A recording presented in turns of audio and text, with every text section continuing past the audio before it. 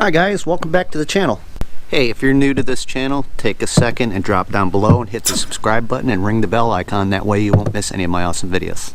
Let's get right to it. Alright, today we're talking about toilets, and I'm going to show you the top 3 tips why this toilet or your toilet may have some problems with performance when it comes to flushing. Found this old baby laying around the yard and cleaned it up for demonstration purposes. So here we go. Tip number 1. First thing that I would consider is maybe upgrading your flapper that's inside your toilet.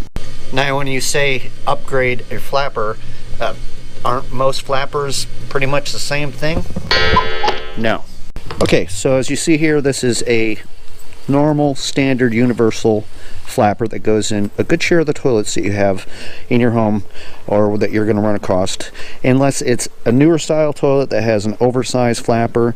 If you check the link up above, there's a video you can take a look at where I kind of show you the difference between different size flappers when it comes to toilet. Now if you look closely here on this toilet flapper that I've shown you, there's a hole down at the bottom. And what is that hole designed for?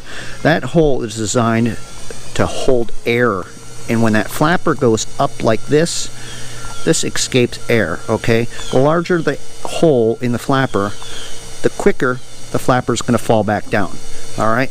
So that means when you flush the toilet, the faster it goes down, the less water you're going to end up having inside of your bowl, and the less of a flush you're going to have. So the industries came out with these little inserts, okay? As you can see here, they come in a lot of different sizes, okay? Larger the hole, the faster the flapper falls. So you can take one of these little inserts. Some of these flappers are sold these days, and it comes with a plethora of different inserts, so you can make that decision when you make the install. As you can see that's a smaller hole that restricts air, allowing this flapper to stay up longer before it slams shut, allowing more water to enter your bowl, which creates a better flush. Tip number 2. Inside your toilet bowl, as you can see, if you look closely down in here, I don't know if you can see it or not, there is a flush hole. It's a hole that's right here, okay? So when you flush this toilet, the good lion's share of the water that's coming out of your tank into your bowl is coming out through this hole down here, okay? And that's what really gets this water up and going and creates a swirling effect, as well as your little jets that you have that are sitting up underneath the lid. I don't know if you can see well or not, but there's little tiny jets, okay? That's where about 10% of the water comes from. About 90% comes from right there, out of that flush hole. Now, this is what can happen when it comes to older toilets. What can end up happening is, after years of use, this little flush hole that I told you about can start closing up, all right, with minerals and calcium and all that other garbage that's in there, and it's going to start restricting the amount of water that is put inside of your bowl when you flush the toilet. Depending on what part of the country or the world you live in, we don't all enjoy the same water quality, okay? Especially here in Central Florida where I'm from, the water is quite hard, so it creates a lot of minerals and a lot of calcium. Now, if your toilet's gotten to that stage where it's getting that old, or it's just not giving the water out of that flush hole anymore, most people are going to go ahead and say it's time to replace that toilet. However, there are some alternatives if you're feeling adventurous. You can take a wire brush carefully, if you're careful enough, and go ahead and try to ream that flush hole out that's located in the toilet, all right?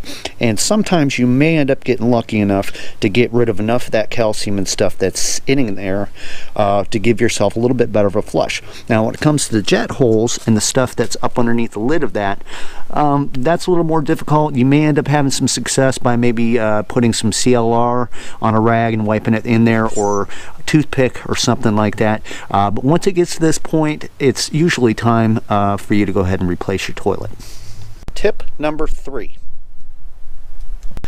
Don't forget about the possibility that you may have some sort of a small stoppage locally inside of your toilet. Hey, you never know. Maybe the kids or yourself might have accidentally dropped something down in there, and what it may end up doing is somewhere back here in that P-trap has lodged itself, and it's restricting the amount of water that's escaping from your bowl, creating a not so nice flush.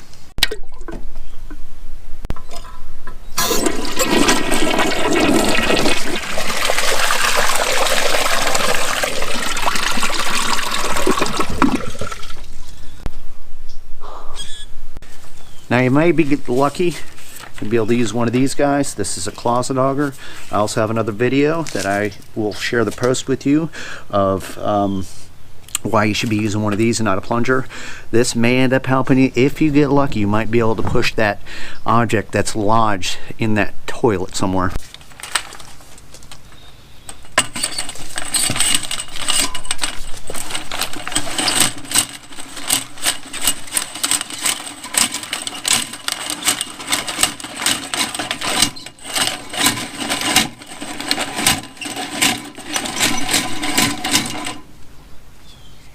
Now if you're not successful using a closet auger and the object is still lodged in there, you may end up having to go ahead and pull the toilet up and flip it over and see if there's something that's in there that you can actually reach in and maybe grab. If not, there's no way of actually getting in there. You might have to replace that toilet. Hey, another thing that might be happening is a possibility that underneath your toilet you got some roots that might have come up through there, and they're hanging out because they're looking for water, and every time you flush and there's paper business going down through there, it's hitting all those roots, and so you may end up having to pull the toilet up and get those roots out of there. So I hope this video has helped you out. I appreciate you coming aboard, and don't forget to subscribe down below. If you got any comments or suggestions or anything like that, I'd love to hear about them, or something maybe I'm leaving out. Okay, so have a great day, and we'll see you next time. Thank you so much for watching my video. Until next time, this has been Plumbing with Tim. Keep plumbing.